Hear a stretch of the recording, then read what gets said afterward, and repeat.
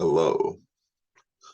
Today is November 21st, and I am going to attempt to get back into some practice of articulation. My job begins again tomorrow, November 22nd. I tutor English. A great deal of my tutoring involves working with students who are non-native speakers of English, ESL students. We call them EAL students because it may not be their second language. It's an additional language. But I'm feeling like I could use some speaking practice before I work with anyone. I don't believe I am working with anyone tomorrow, but I will be possibly on Wednesday. That will be very interesting. My fellow tutors have been very supportive. Their take on it is that I have acquired an accent. Okay. I have. We can describe this as accented English. I suppose that's nicer than calling it impaired English. I have, of course, typically found it somewhat harder to communicate with non-native speakers of English in daily life if I go to a grocery store or whatever and have a question. Native speakers have a group of signals that they employ to indicate that they have noticed that my speech is not normal and that they are attending to this issue. But non-native speakers don't know if the fault is in my mouth or their ear, and it seems to cause them a bit more distress. So I thought I would get back on the back on my practice here, doing some daily readings of things, and where better to begin than with the tales of HP Lovecraft, one of the most florid writers I've read, up there with Cormac McCarthy in terms of density of language, and thought for no reason other than I haven't read it and it's not that long that I would do The Rats in the Walls. I'm going to read it aloud to give my tongue a workout. All right. The Rats in the Walls. On July 16th, 1923, I moved into Exham Priory after the last workman had finished his labors. The restoration had been a stupendous task, for little had remained of the deserted pile but a shell-like ruin. Yet because it had been the seat of my ancestors, I let no expense deter me. The place had not been inhabited since the reign of James I, when a tragedy of intensely hideous, though largely unexplained nature had struck down the master, 5 of his children, and several servants, and driven forth under a cloud of suspicion and terror the third son, my lineal progenitor and the only survivor of the abhorred line. With this sole heir denounced as a murderer, the estate had reverted to the crown, nor had the accused man made any attempt to exculpate himself or regain his property. Taken by some horror greater than that of conscience or the law, and expressing only a frantic wish to exclude the ancient edifice from his sight and memory, Walter de la Poer, 11th Baron Exham, fled to Virginia and there founded the family which by the next century had become known as Delapore. Exham Priory had remained untenanted, though later allotted to the estates of the Norris family, and much studied because of its peculiarly composite architecture, an architecture involving Gothic towers resting on a Saxon or Romanesque substructure, whose foundation in turn was of a still earlier order or blend of orders, Roman and even Druidic or native Cymric. Cymric? Cymric, if legends speak truly. This foundation was a very singular thing, being merged on one side with the solid limestone of the precipice from whose brink the priory overlooked a desolate valley 3 miles west of the village of Anchester. Architects and antiquarians loved to examine this strange relic of forgotten centuries, but the country folk hated it. They had hated it hundreds of years before when my ancestors lived there, and they hated it now with the moss and mold of abandonment on it. I had not been a day in Anchester before I knew I came of an accursed house, and this week workmen have blown up Exham Priory and are busy obliterating the traces of its foundations. The bare statistics of my ancestry I had always known, together with the fact that my first American forebear had come to the colonies under a strange cloud. Of details, however, I had been kept wholly ignorant through the policy of reticence always maintained by the Delapores.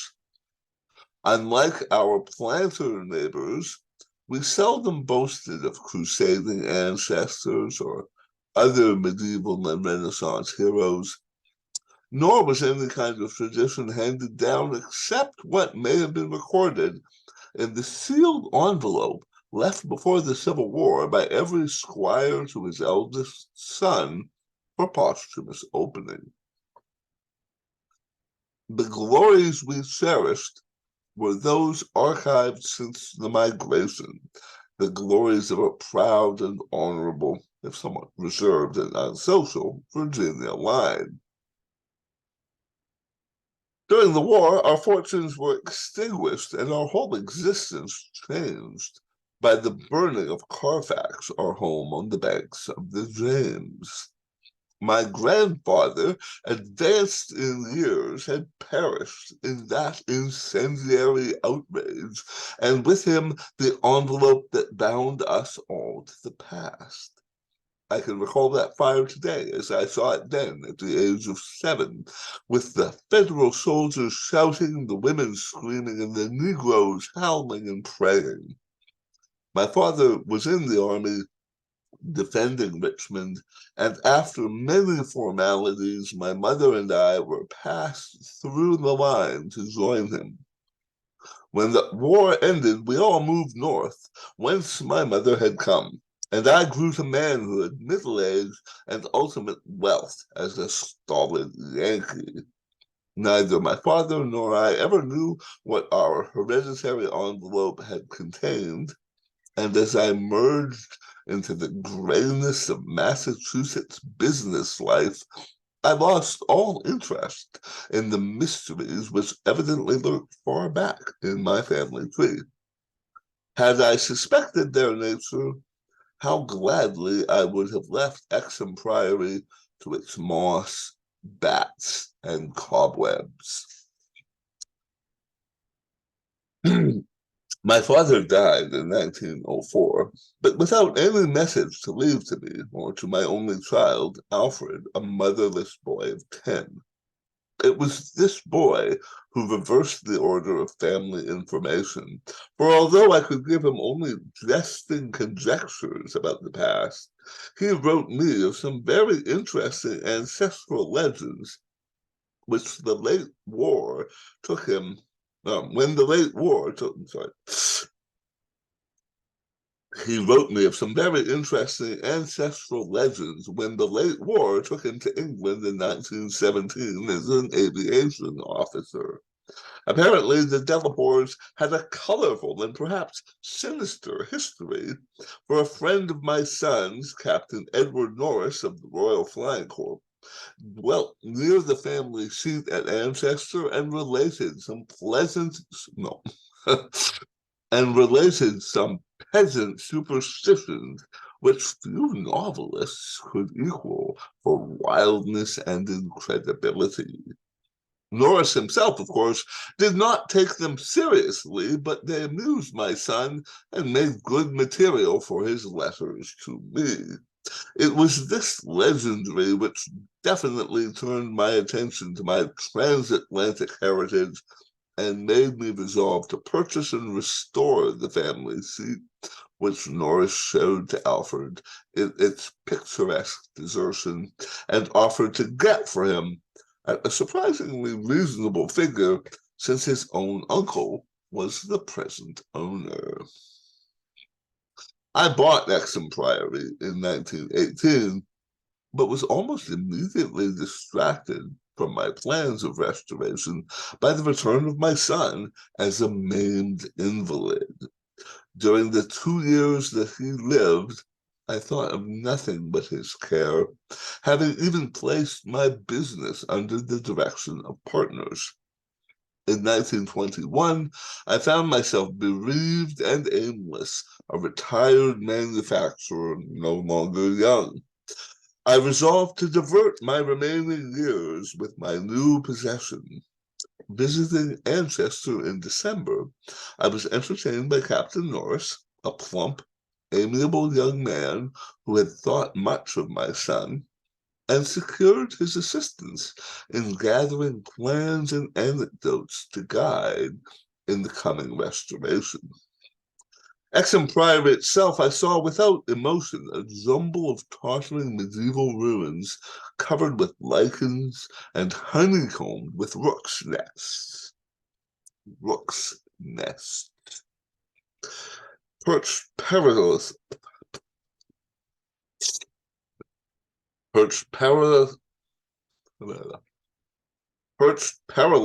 upon a precipice and denuded of floors or other interior figures save the stone walls of the separate towers.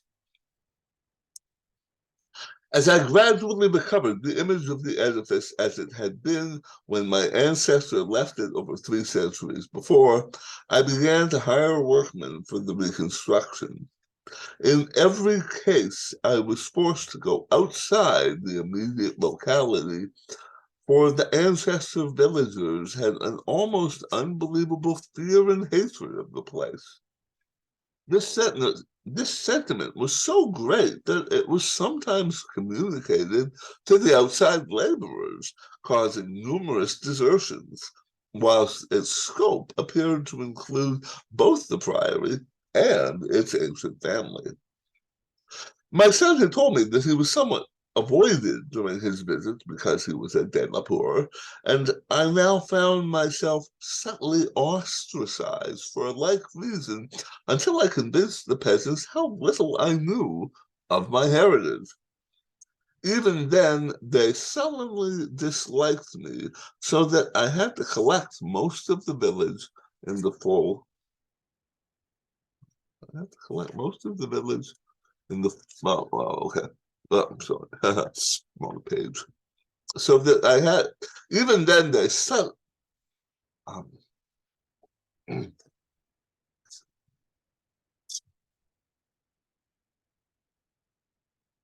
even then they sullenly disliked me, so that I had to collect most of the village traditions through the mediation of Norris. What the people could not forgive, perhaps, was that I had come to restore a symbol so abhorrent to them, for rationally or not, they viewed Exham Priory as nothing less than a haunt of fiends and werewolves.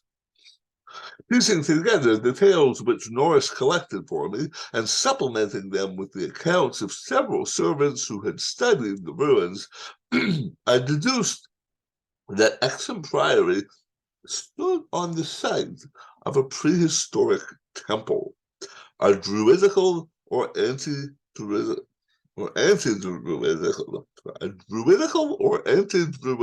thing, anti in the sense of before the druids, not against the druids, A-N-T-E. A druidical or anti-druidical thing which must have been contemporary with Stonehenge. That indescribable rites had been celebrated there, few doubted. And there were unpleasant tales of the transference of those rites into the Sibyl worship which the Romans had introduced. Inscriptions still visible in the sub-cellar bore such unmistakable letters as D-I-V-O-P-S-M-A-G-N-A-M-A-T, signs of the Magna Mater whose dark worship was once vainly forbidden to Roman citizens. Ancestor had been the camp of the Third Augustan Legion, as many remains attest, and it was said that the Temple of Sibyl was splendid and thronged with worshippers who performed nameless ceremonies at the bidding of a Phrygian priest. Tales added that the fall of the old religion did not end the orgies at the temple, but that the priests lived on in the new faith without real change. Likewise was it said that the rites did not vanish with the Roman power, and that certain among the Saxons added to what remained of the temple and gave it the essential outline it subsequently preserved, making it the center of a cult feared through half the Heptarchy. About 1000 AD, the place is mentioned in a chronicle as being a substantial stone priory housing a strange and powerful monastic order and surrounded by extensive gardens which needed no walls to exclude a frightened populace. It was never destroyed by the Danes, though after the Norman conquest, it must have declined tremendously, since there was no impediment when Henry III granted the site to my ancestor, Gilbert de Lepore, first Baron Exham, in 1261. Of my family before this date, there is no evil report. But something strange must have happened then. In one chronicle, there is a reference to a de Lepore as cursed of God in 1307, whilst village legendary has nothing but evil and frantic fear to tell of the castle that went up on the foundations of the old Templeman Priory. The fireside tales were of the most grisly description, all the ghastlier because of their frightened reticence and cloudy evasiveness. They represented my ancestors as a race of hereditary demons, beside whom Gilderettes and the Marquis de Sade would seem the veriest tyros, and hinted whisperingly at their responsibility for the occasional disappearance of villagers through several generations. The worst characters, apparently, were the barons and their direct heirs. At least, most was whispered about these.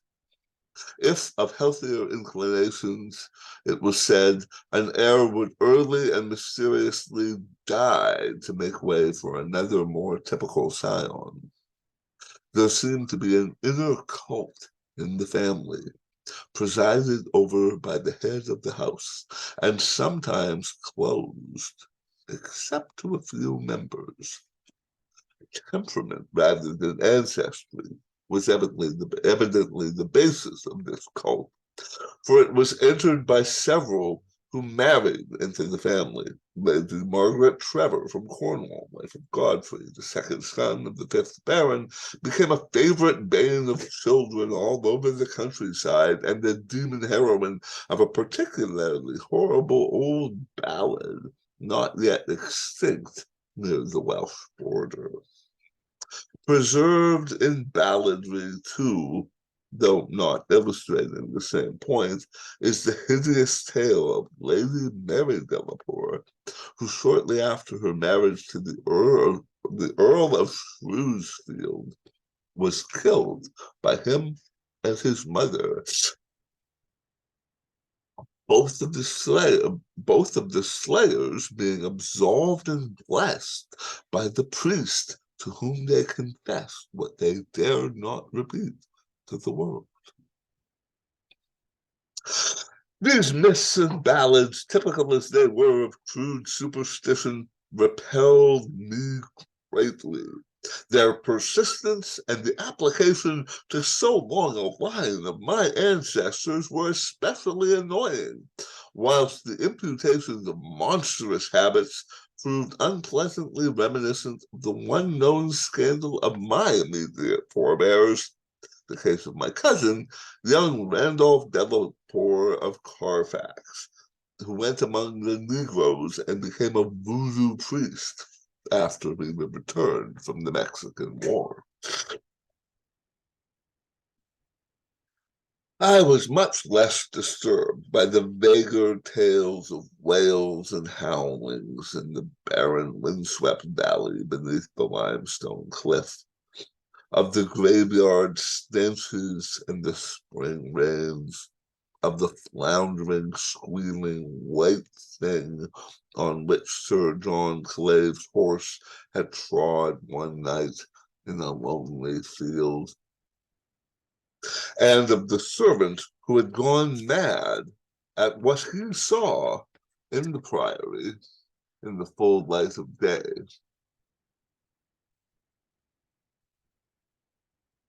Oh, it's very long. 14 more pages. These things were hackneyed spectral lore, and I was at that time a pronounced skeptic. The accounts of vanished peasants were less to be dismissed, though not especially significant in view of medieval custom. Prying curiosity meant death, and more than one severed head had been publicly shown on the bastions, now effaced, around Exham Priory. A few of the tales were exceedingly picturesque and made me wish I had learnt more of the comparative mythology in my youth. And made me wish I had learnt more of comparative mythology in my youth. There was, for instance, the belief that a legion of bat-winged devils kept witches' Sabbath each night at the priory, a legion whose sustenance might explain the disproportionate abundance of coarse vegetables harvested in the vast gardens. And most vivid of all, there was the dramatic epic of the rats, the scampering army of obscene vermin, which had burst forth from the castle 3 months after the tragedy that doomed it to desertion. The lean, filthy, ravenous army which had swept all before it and devoured fowl, cats, dogs, hogs, sheep, and even 2 hapless human beings before its fury was spent. Around that unforgettable rodent army, a whole separate cycle of myths revolved, for it scattered among the village homes and brought curses and horrors in its train.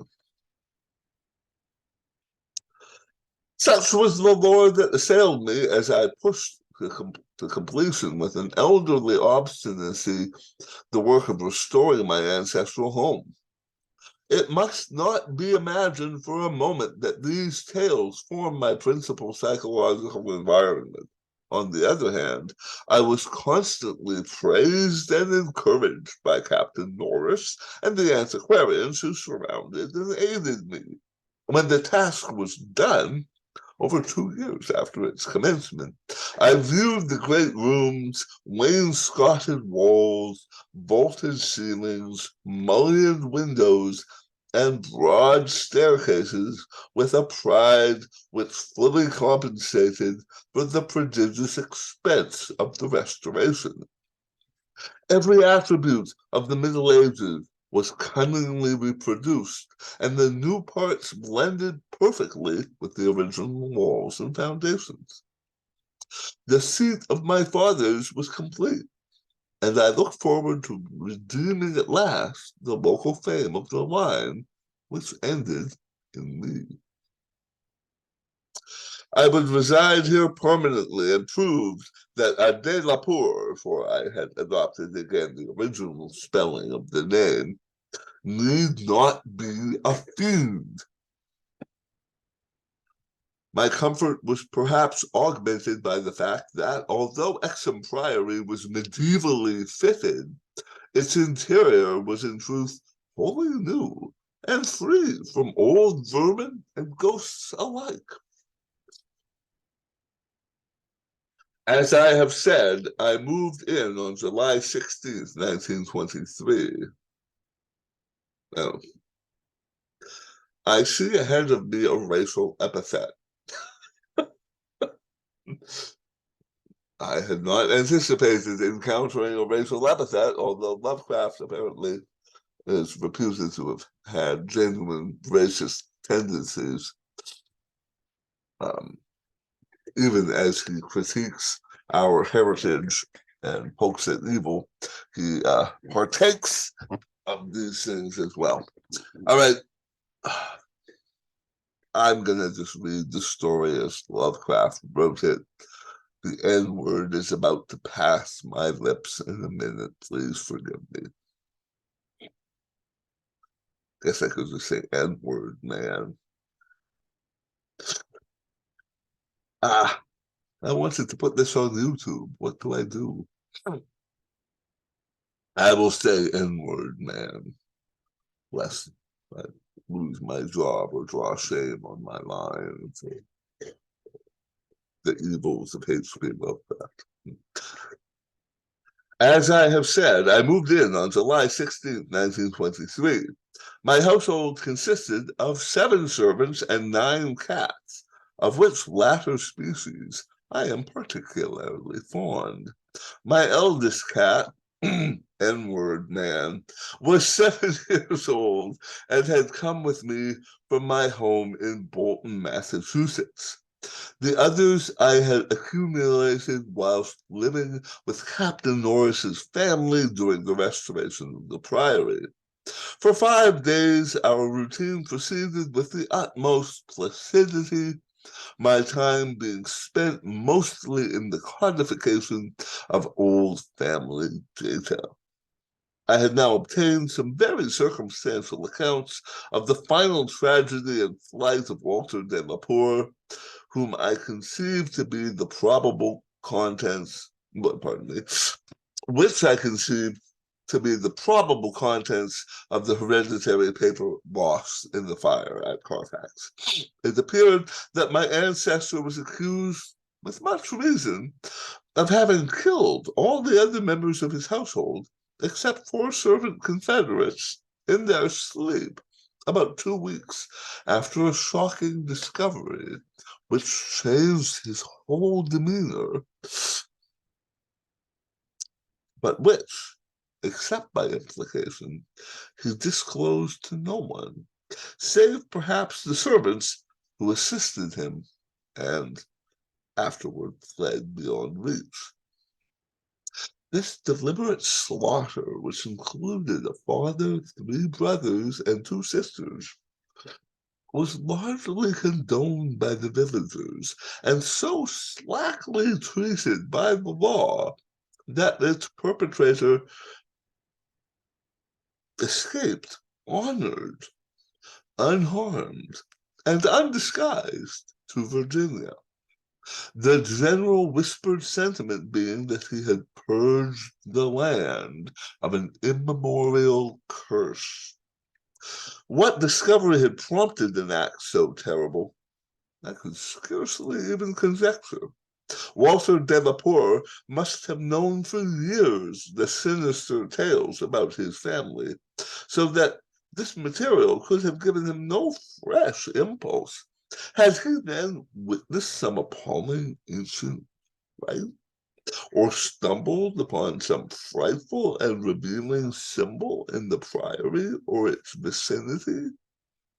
He was reputed to have been a shy, gentle youth in England. In Virginia, he seemed not so much hard or bitter as harassed and apprehensive. He was spoken of in the diary of another gentleman, adventurer Francis Harley of Bellevue, as a man of unexampled justice, honor, and delicacy. On July 22nd occurred the first incident, which, though lightly dismissed at the time, takes on a preternatural significance in relation to later events. It was so simple to be almost negligible and could not possibly have been noticed under the circumstances, for it must be recalled that since I was in a building practically fresh and new, except for the walls, and surrounded by a well-balanced staff of servitors, apprehension would have been absurd despite the locality. What I afterward remembered is merely this, that my old black cat, whose moods I know so well, was undoubtedly alert and anxious to an extent wholly out of keeping with his natural character. He roved from room to room, restless and disturbed, and sniffed constantly about the walls which formed part of the old Gothic structure. I realize how trite this sounds, like the inevitable dog in the ghost story, which always growls before his master sees the sheeted figure. Yet I cannot consistently suppress it. The following day, a servant complained of restlessness among all the cats in the house. He came to me in my study, a lofty west room on the second story, with groined arches,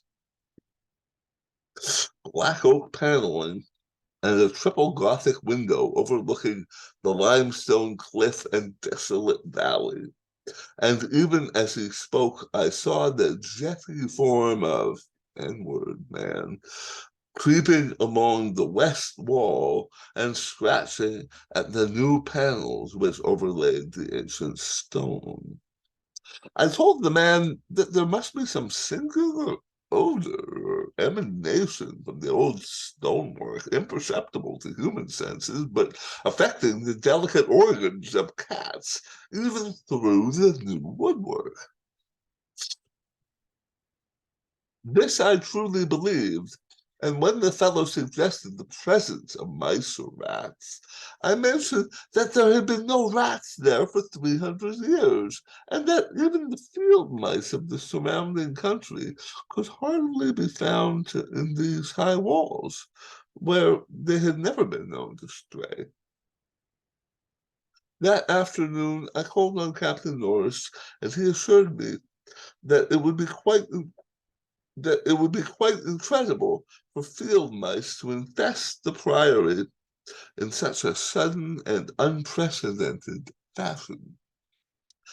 That night, dispensing as usual with the valet, I retired in the valet, parking valet, servant. Dispensing as usual with the valet, Is he dispensing with the valet? The two of them are living together, or he's just not using a valet? Uh, Somewhat antiquated English here. I don't know what it means for a building to be groined either. It's Lovecraft. You have to make allowances. That night, dispensing as usual with the valet, I retired in the West Tower chamber, which I had chosen as my own, reached from the study by a stone staircase and short gallery, the former partly ancient, the latter entirely restored. This room was circular, very high, and without wainscoting, being hung with arras, which I had myself chosen in London. Seeing that inward man was with me, I shut the heavy Gothic door and retired by the light of the electric bulbs which so cleverly counterfeited candles. Finally switching off the light and sinking on the carved and canopied four-poster with the venerable cat in his accustomed place across my feet. I did not draw the curtains, but gazed out at the narrow north window which I faced. There was a suspicion of aurora in the sky, and the delicate traceries of the window were pleasantly silhouetted. At some time I must have fallen quietly asleep, for I recall a distinct sense of leaving strange dreams when the cat started violently from his placid position.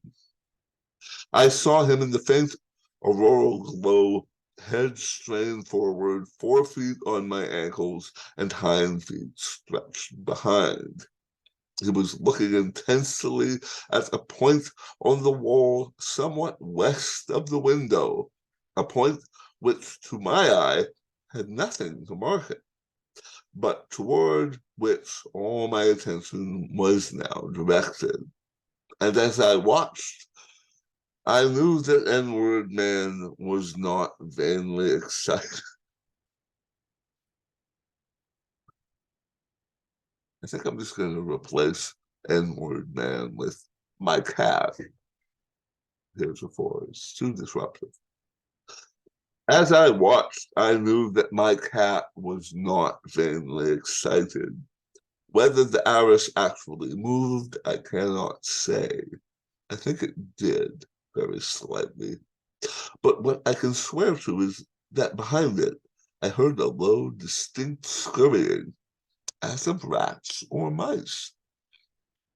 In a moment, the cat had jumped bodily on the screening tapestry, bringing the affected section to the floor with his weight and exposing a damp, ancient wall of stone, patched here and there by the restorers and devoid of any trace of rodent prowlers.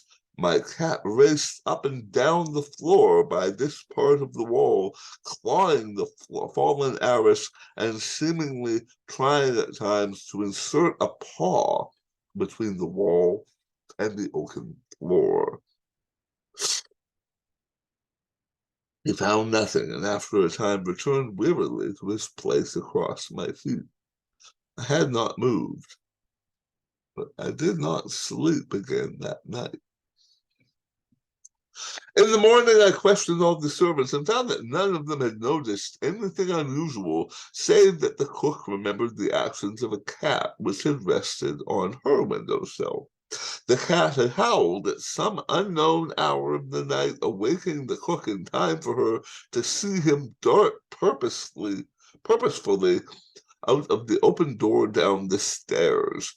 I drowsed away in the noontime, and in the afternoon called again on Captain Norris, who became exceedingly interested in what I told him.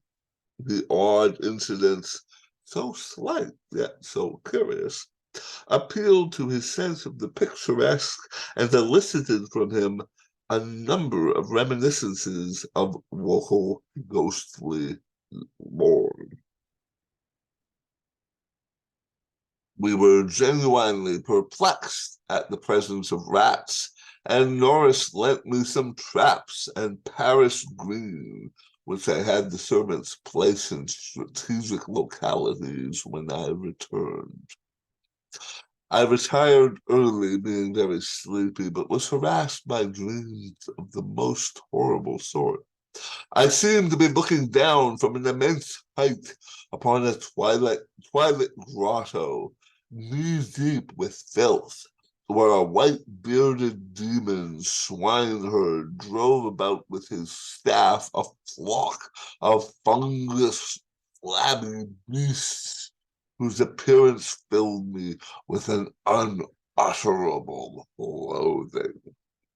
Then, as the swineherd paused and nodded over his task, a mighty swarm of rats rained down on the stinking abyss and fell to devouring beasts and man alike. From this terrific vision, I was abruptly awaked by the motions of my cat, who had been sleeping as usual across my feet. This time I did not have to question the source of his snarls and hisses, and of the fear which made him sink his claws into my ankle, unconscious of their effect. For on every side of the chamber, the walls were alive with nauseous sound, the verminous slithering of ravenous gigantic rats. There was now no aurora to show the state of the iris, the fallen section of which had been replaced, but I was not too frightened to switch on the light. As the bulbs leapt into radiance, I saw a hideous shaking all over the tapestry, causing the somewhat peculiar designs to execute a singular dance of death. This motion disappeared almost at once, and the sound with it. Springing out of bed, I poked at the iris with the long handle of a warming pan that rested near, and lifted one section to see what lay beneath. There was nothing but the patched stone wall, and even the cat had lost his tense realization of abnormal presences. When I examined the circular trap that had been placed in the room, I found all of the openings sprung, though no trace remained of what had been caught and had escaped. Further sleep was out of the question, so lighting a candle, I opened the door and went out in the gallery toward the stairs to my study, my cat following me at my heels. Before we had reached the stone steps, however, the cat darted ahead of me and vanished down the ancient flight. As I descended the stairs myself, I became suddenly aware of sounds in the great room below, sounds of a nature which could not be mistaken. The oak-paneled walls were alive with rats, scampering and milling, whilst my cat was racing about with the fury of a baffled hunter. Reaching the bottom, I switched on the light, which did not this time cause the noise to subside. The rats continued their riot stampeding with such force and distinctness that I could finally assign to their motions a definite direction. These creatures, in numbers apparently inexhaustible, were engaged in one stupendous migration from inconceivable heights to some depth, conceivably or inconceivably below. I now heard steps in the corridor, and in another moment, two servants pushed open the massive door. They were searching about the house for some unknown source of disturbance which had thrown all the cats into a snarling panic and caused them to plunge precipitately precipitately down several flights of stairs and squat yowling before the closed door to the subcellar. I asked them if they had heard the rats, but they replied in the negative. And when I turned to call their attention to the sounds in the panels, I realized that the noise had ceased. With the two men, I went down to the door of the subcellar, but found the cats already dispersed. Later, I resolved to explore the crypt below, but for the present, I merely made a round of the traps. All were sprung, yet all were tenantless. Satisfying myself that no one had heard the rats, save the felines and me, I sat in my study till morning, thinking profoundly and recalling every scrap of legend I had unearthed concerning the building I inhabited. I slept some in the forenoon, leaning back in one comfortable library chair which my medieval plan of furnishing could not banish. Later, I telephoned to Captain Norris, who came over and helped me explore the subcellar. Absolutely nothing untoward was found, although we could not repress a thrill at the knowledge that this vault was built by Roman hands. Every low arch and massive pillar was Roman, not the debased Romanesque of the bungling Saxons, but the severe and harmonious classicism of the age of the Caesars. Indeed, the walls abounded with inscriptions familiar to the antiquarians who had repeatedly explored the place. Things like Pugite Trop Temp Dona and El Praec versus Pontifitatis.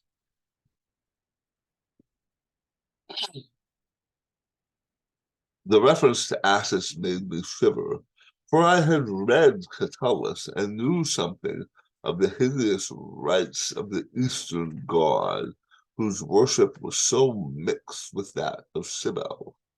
Norris and I, by the light of lanterns, tried to interpret the odd and nearly effaced designs on certain irregularly rectangular blocks of stone, generally held to be altars, but could make nothing of them.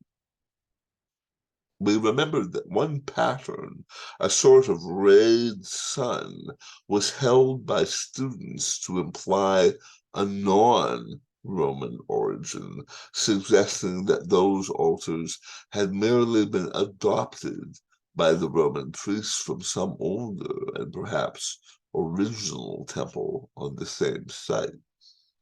On one of those blocks were some brown stains, which made me wonder. The largest, in the center of the room, had certain features on the upper surface which indicated its connection with fire, probably burnt offerings. Such were the sights in the crypt before whose door the cats had howled, and where Norris and I now determined to pass the night. Couches were brought down by the servants, who were told not to mind any nocturnal actions of the cats, and N-word man was admitted as much for help as for companionship. We decided to keep the great oak door, a modern replica with slits for ventilation, tightly closed, and with this attended to, we retired with lanterns still burning to await whatever might occur.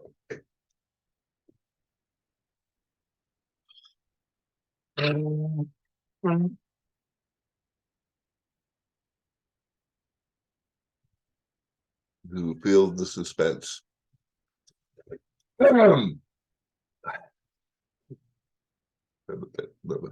Seasonal affliction here. Cold. So we're in the cellar, altars of some ancient pagan race, adorned with sun wheels, it sounds like.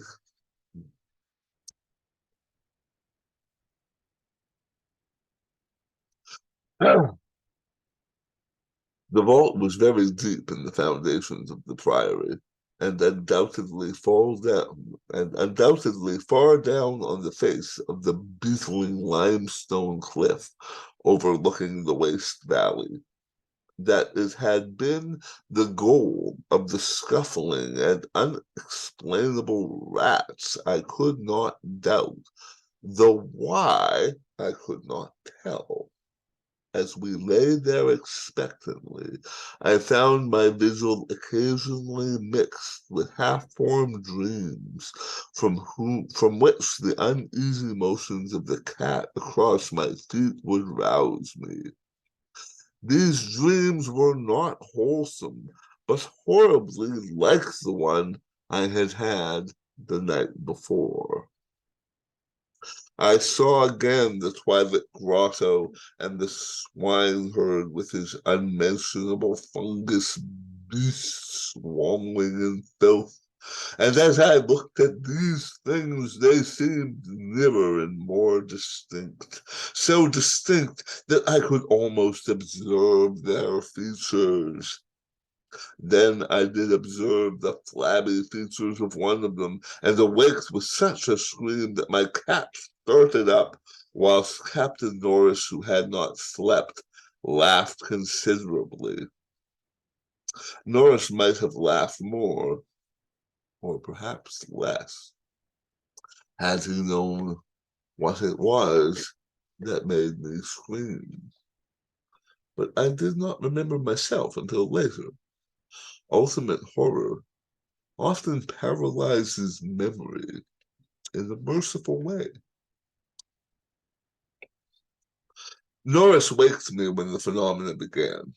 Out of the same frightful dream, I was called by his gentle shaking as his urging to listen to the cats.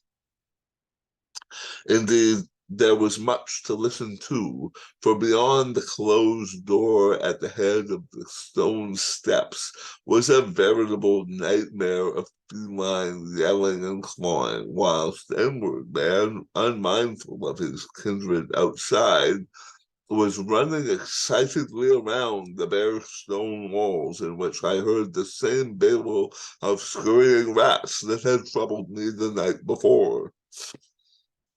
An acute terror now rose within me, for here were anomalies which nothing normal could well explain. These rats, if not the creatures of a madness which I shared with the cats alone, must be burrowing and sliding in Roman walls I had thought to be of solid limestone blocks.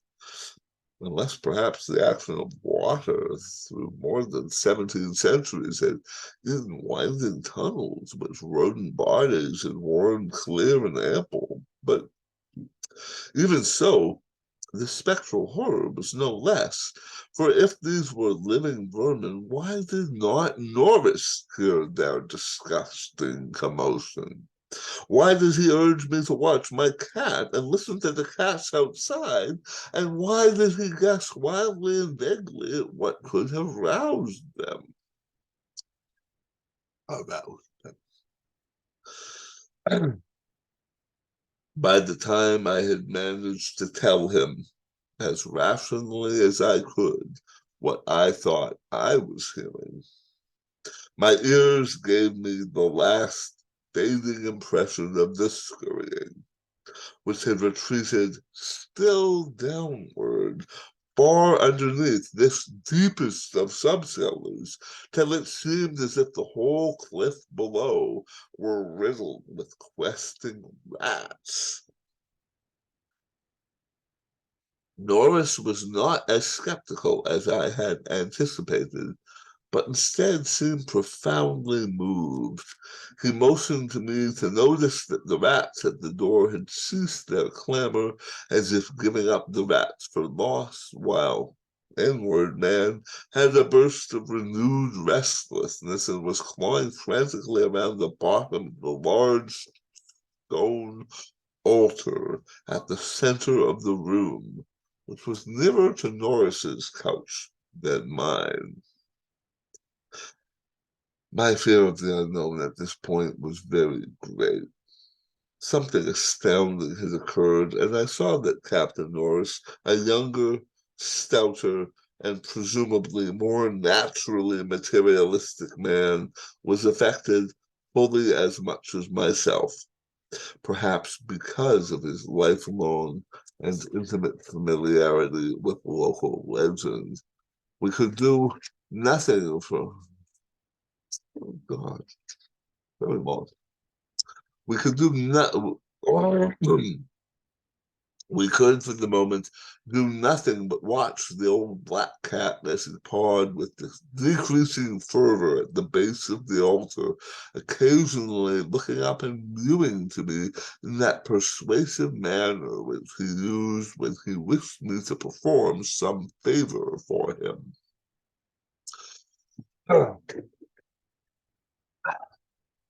Make this.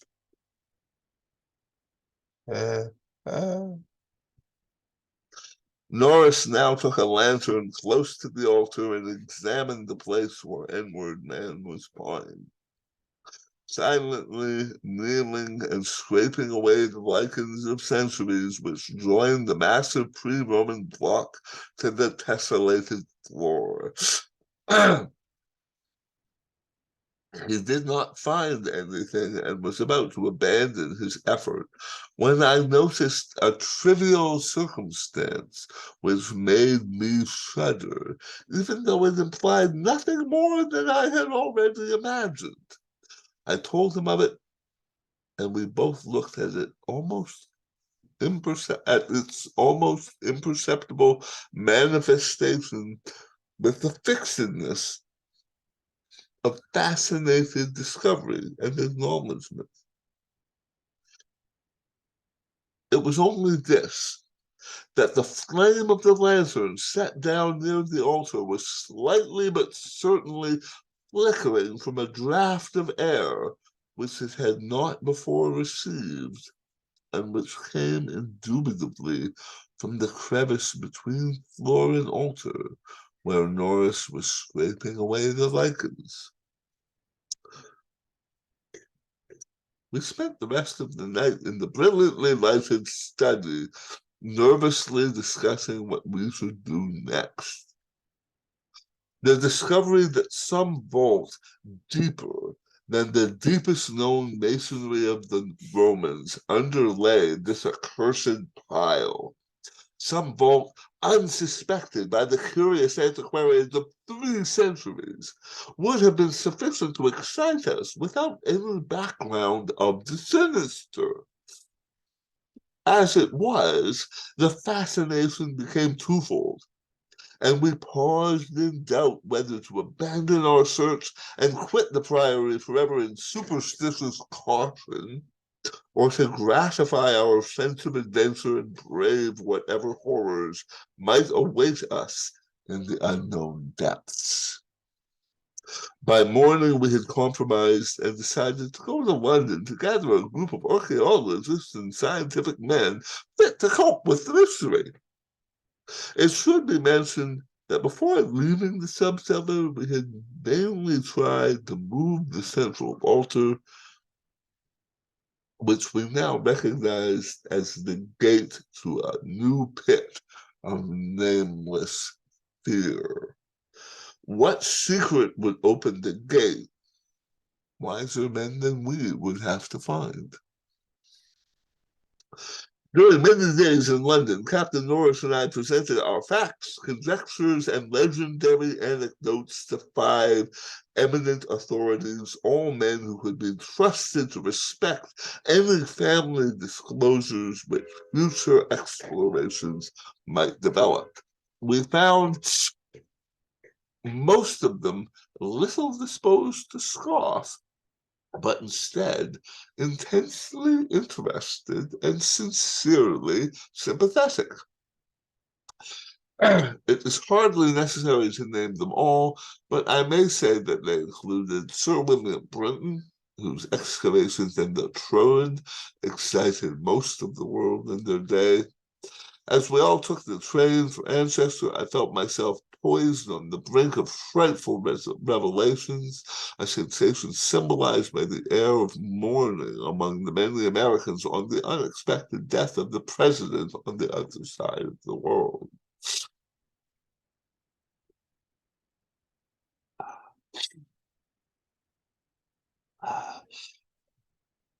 On the evening of August 7th, we reached Exham Priory, where the servants assured me that nothing unusual had occurred.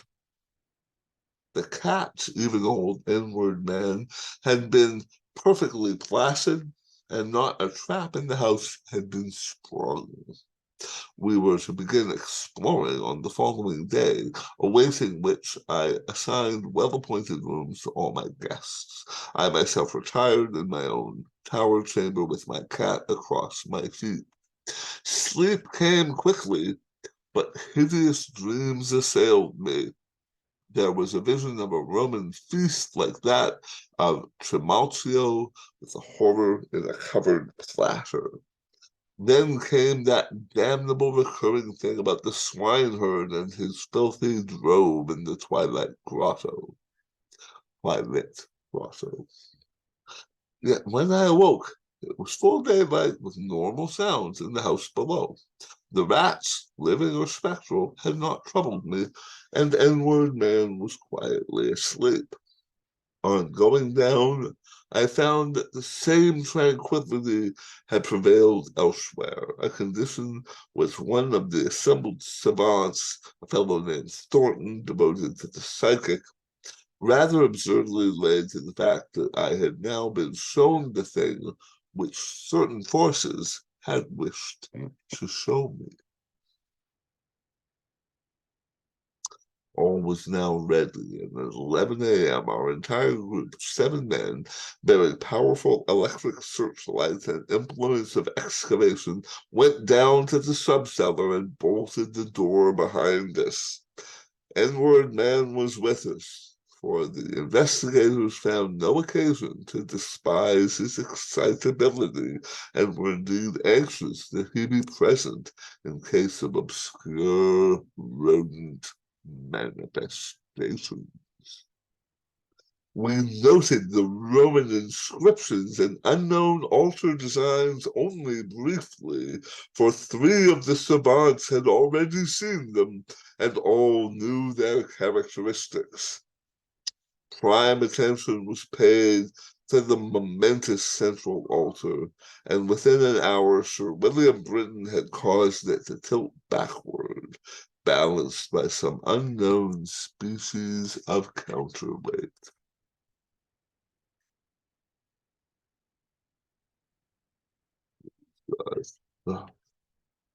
96, 92, 4 pages.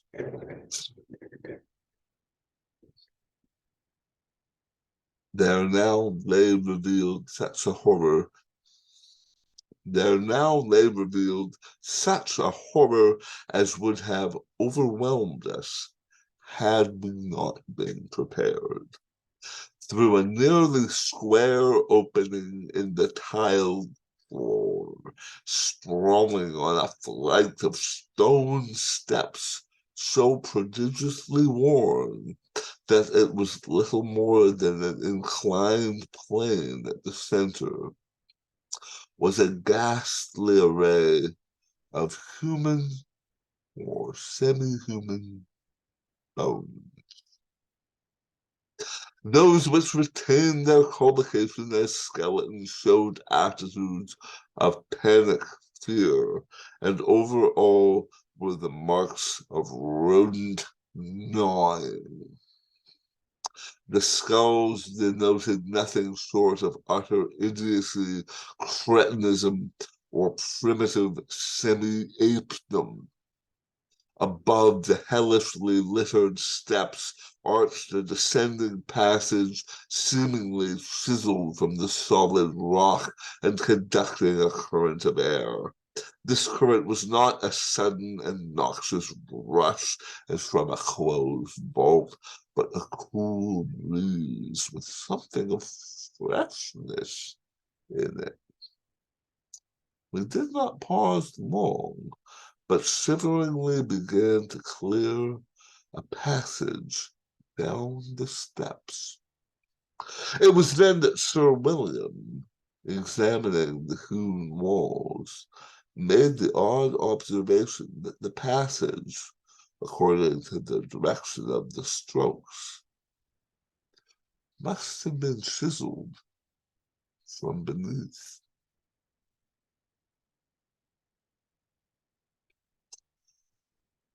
I must be very deliberate now and choose my words. After plowing down a few steps amidst the gnawed bones, we saw that there was light ahead. Not any mystic phosphorescence, but a filtered daylight which could not come except from unknown fissures in the cliff that overlooked the waste valley. That such fissures had escaped notice from outside was hardly remarkable, for not only is the valley wholly uninhabited, but the cliff is so high and beetling that only an aeronaut could study its face in detail. A few steps more, and our breaths were literally snatched from us by what we saw. So literally that Thornton, the psychic investigator, actually fainted in the arms of the dazed man who stood behind him. Norris, his plump face utterly white and flabby, simply cried out inarticulately, whilst I think that what I did was to gasp or hiss and cover my eyes. The man behind me, the only one of the party older than I, croaked the hackneyed, "My God," in the most cracked voice I ever heard. Of 7 cultivated men, only Sir William Britton retained his composure, a thing more to his credit, because he led the party and must have seen the sight first. It was a twilight grotto of enormous height, stretching away farther than any eye could see, a subterraneous world of limitless mystery and horrible suggestion. There were buildings and other architectural remains. In one terrified glance, I saw a weird pattern of tumuli, a savage circle of monoliths, a low-domed Roman ruin, a sprawling Saxon pile, and an early English edifice of wood. But all of these were dwarfed by the ghoulish spectacle presented by the general surface of the ground. For yards about the steps extended an insane tangle of human bones, or bones at least as human as those on the steps. Like a foamy sea, they stretched, some falling apart, but others wholly or partly articulated as skeletons. These latter invariably in postures of demoniac frenzy, either fighting off some menace or clutching other forms with cannibal intent. When Dr. Trask, the anthropologist, when Dr. Trask, the anthropologist, stooped to classify the skulls, he found a degraded mixture which utterly baffled him. They were mostly lower than the Piltdown man in the scale of evolution, but in every case definitely human. Many were of higher grade, and a very few were the skulls of supremely and sensitively developed types. All the bones were gnawed, mostly by rats, but somewhat by others of the half-human drove. Mixed with them were the tiny bones of rats, fallen members of the lethal army which closed the ancient epic. I wonder that any man among us lived and kept his sanity through that hideous day of discovery. Not Hoffman or Huysmans could conceive a scene more wildly incredible, more frenetically repellent, or more gothically grotesque than the twilight grotto through which we seven staggered, each stumbling on revelation after revelation and trying to keep the nonce from thinking of the events which must have taken place there 300 years, or 1,000, or 2,000, or 10,000 years ago. It was the antechamber of hell, and poor Thornton fainted again when Trask told him that some of the skeleton things must have descended as quadrupeds through the last 20 or more generations. Horror piled on horror as we began to interpret the architectural remains. The quadruped things, with their occasional recruits from the biped class, had been kept in stone pens, out of which they must have broken in their last deliriums of hunger or rat fear. There had been great herds of them, evidently fattened on the coarse vegetables whose remains could be found as a sort of poisonous ensilage at the bottom of huge stone bins older than Rome. I knew now why my ancestors had such excessive gardens. Would to heaven I could forget. The purpose of the herds I did not have to ask. Sir William, standing with his searchlight in the Roman ruin, translated aloud the most shocking ritual I have ever known, and told of the diet of the antediluvian cult, which the priests of Sibyl found and mingled with their own. Norris, used as he was to the trenches, could not walk straight when he came out of the English building. It was a butcher shop and kitchen. He had expected that. But it was too much to see familiar English implements in such a place, and to read familiar English graffiti there, some as recent as 1610. I could not go in that building whose demon activities were stopped only by the dagger of my ancestor, Walter de la Poor. What I did venture to enter was the low Saxon building whose oaken door had fallen, and there I found a terrible row of 10 stone cells with rusty bars. 3 had tenants, all skeletons of high grade, and on the bony forefinger of one I found a seal ring with my own coat of arms. Sir William found a vault with far older cells below the Roman chapel, but these cells were empty. Below them was a low crypt with cases of formally arranged bones, some of them bearing terrible parallel inscriptions carved in Latin, Greek, and the tongue of Phrygia.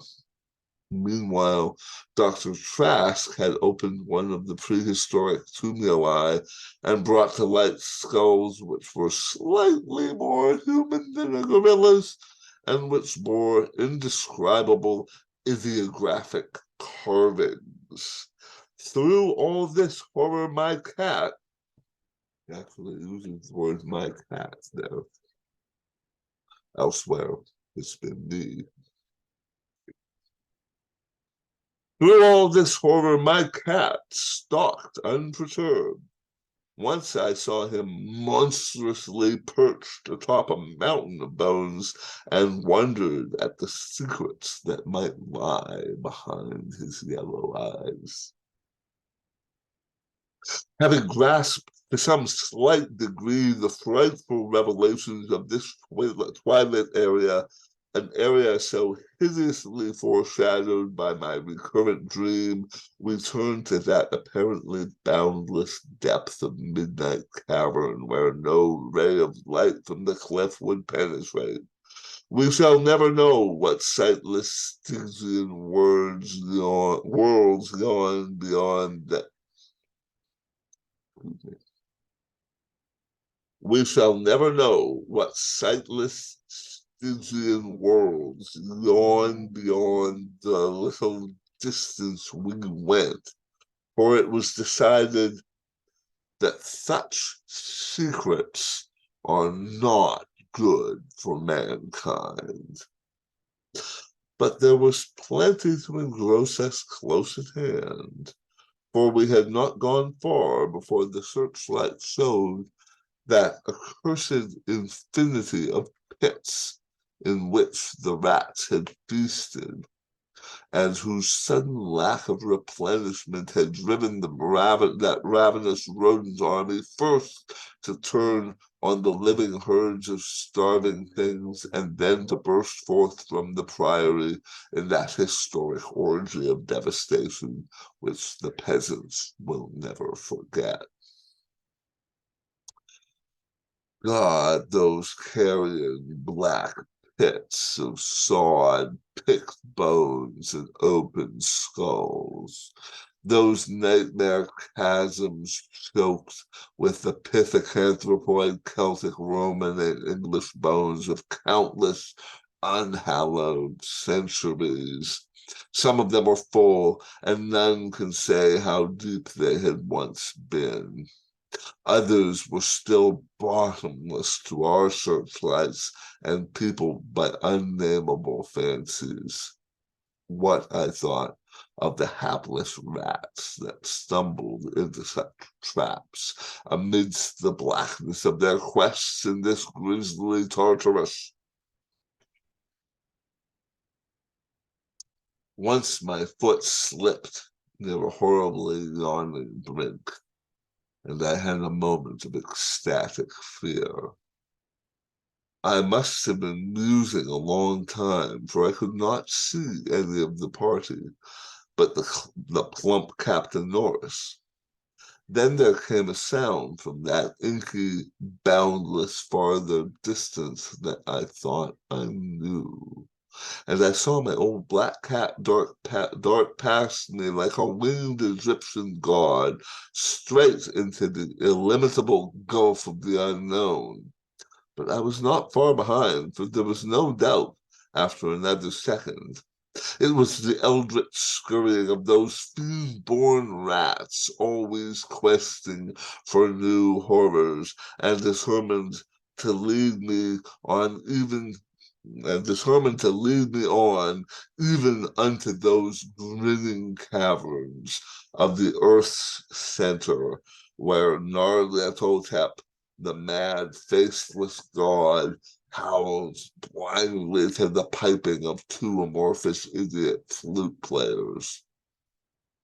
My searchlight expired, but still I ran. I heard voices and yowls and echoes, but above all, there gently rose that impious, insidious scurrying, gently rising as a stiff, bloated corpse gently rises above an oily river that flows under endless onyx bridges to a black, putrid sea.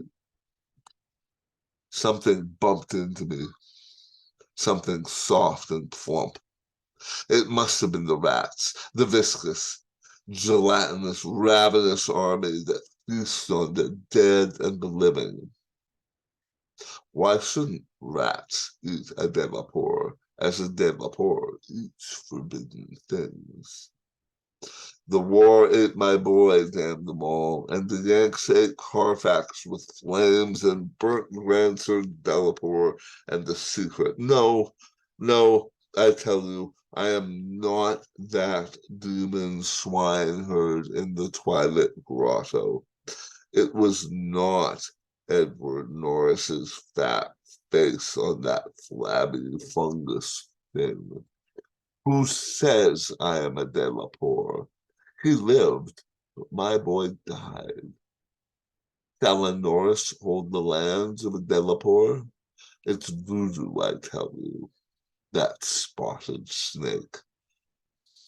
Curse you, Thornton. I'll teach you to faint at what my family do. Splud, thou stinkard.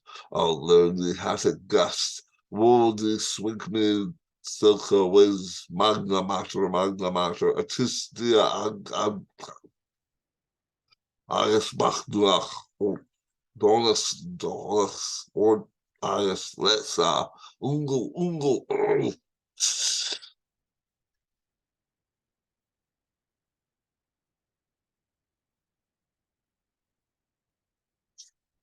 Yeah.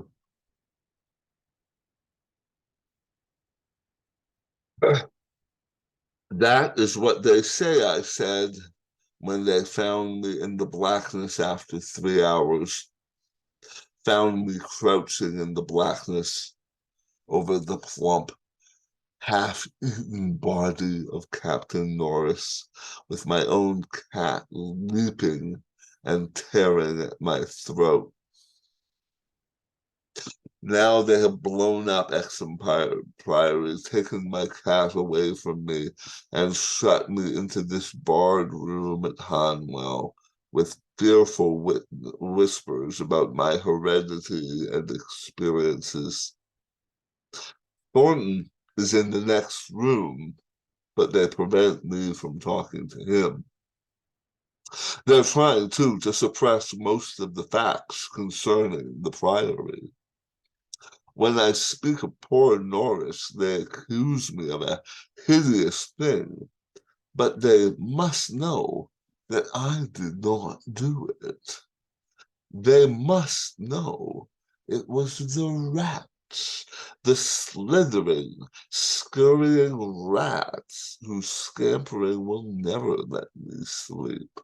The demon rats that race behind the padding in this room and beckon me down to greater horrors than I have ever known. The rats they can never hear. The rats. The rats in the walls.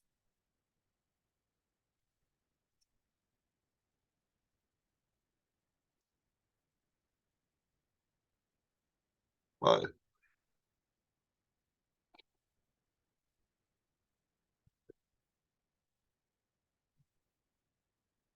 Well, that was longer than I anticipated, but that was fun. Hope you enjoyed it. Hope it loosened up my tongue a bit. Bye bye, folks.